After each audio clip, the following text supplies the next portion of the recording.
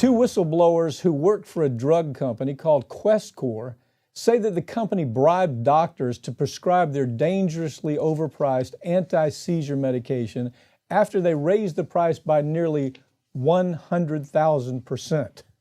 I have Farron Cousins from the Trial Lawyer magazine with me now to explain what's happening.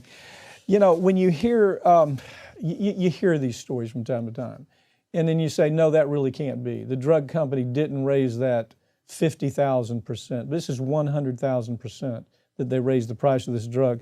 It's called Acthar. That's one. Acthar is the one we're talking about. Right.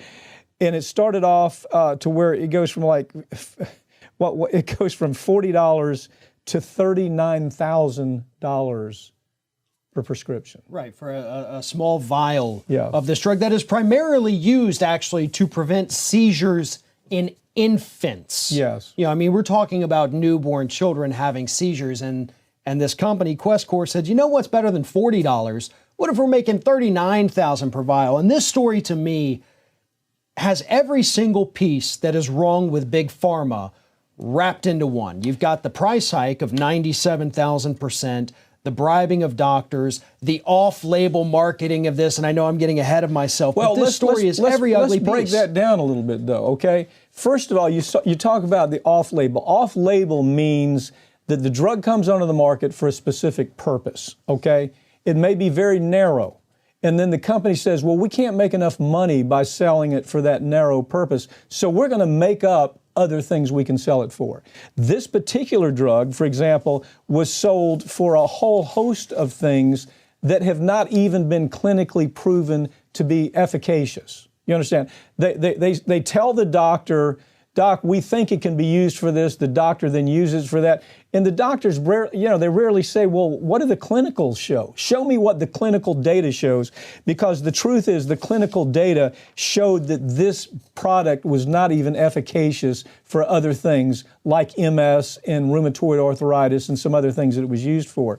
This is like this is the worst of the worst. I mean, this if you were to encapsulate everything that's wrong with the drug industry and everything that's wrong with government for letting them get away with this. Understand, this whistleblower brought this case 7 years ago, all right?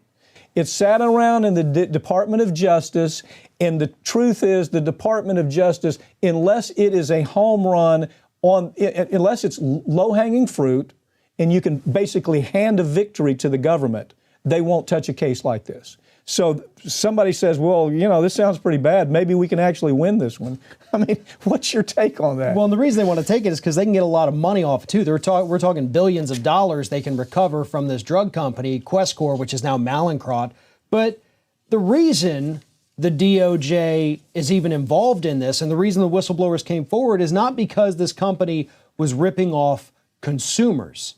They also ended up, I guess, inadvertently ripping off the federal government in form of Medicaid and Medicare payments, the overcharging, the price hike. Had it just been consumers, the government wouldn't care. The government wouldn't get involved because that happens every single day.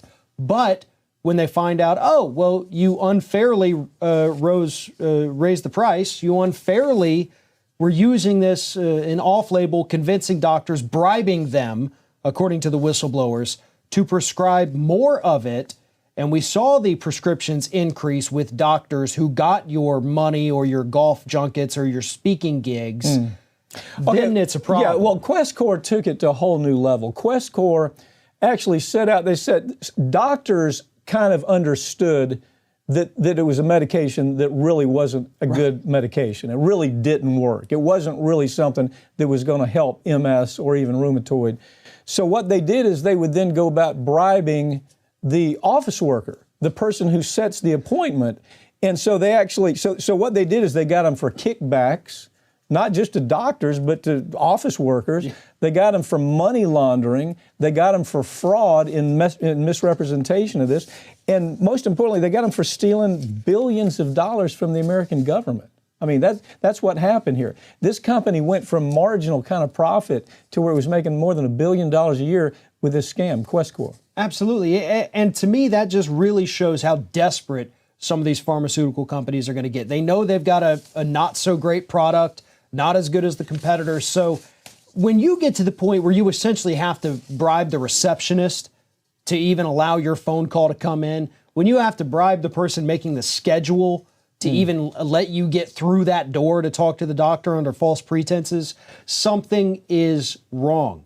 But Questcor is not, they're not the only company that does this. We see this too often. Yeah, I mean, every now and then you'll have a company that tells the story like this because this is 100,000% markup on a drug that basically is not even a good drug. Basically, doctors would even choose not to use it. So they end up really, really pushing all this towards taxpayers. Taxpayers end up footing this bill. But Farron, it's bothersome to me in so many ways. This was brought 7 years ago, before the Department of Justice says, yeah, maybe we ought to do something about this. They've had all this information for 7 years. Right. And they said, well, we can't really do anything because maybe we can't show that it's actually a bribe. And, at some point, a prosecutor for the Department of Justice has to man up. And they have to say, yeah, we can do it. It's a tough case, but we're trial lawyers. Let's do our job. Unfortunately, that's not how this went. Understand, this went through what? So 2 presidencies, right? Yeah. The entire time Eric Holder was in office, he did nothing about it. Then you have, Attorney General Sessions, he does nothing about it. And so all it does is perpetuates crime. It just perpetuates crime. And I don't know how we really change that. Unfortunately, you are right. They weren't looking out for consumers here. Right. They were looking out for the federal government. Yeah, if the government hadn't been part of the scam would still be going on. And 7 years, to give people perspective, this happened before Obama was even reelected. Yeah. That's how long the DOJ had these documents and these files locked away under seal. And did nothing about it. Until finally, I guess a month or two ago, it was unsealed. Yeah.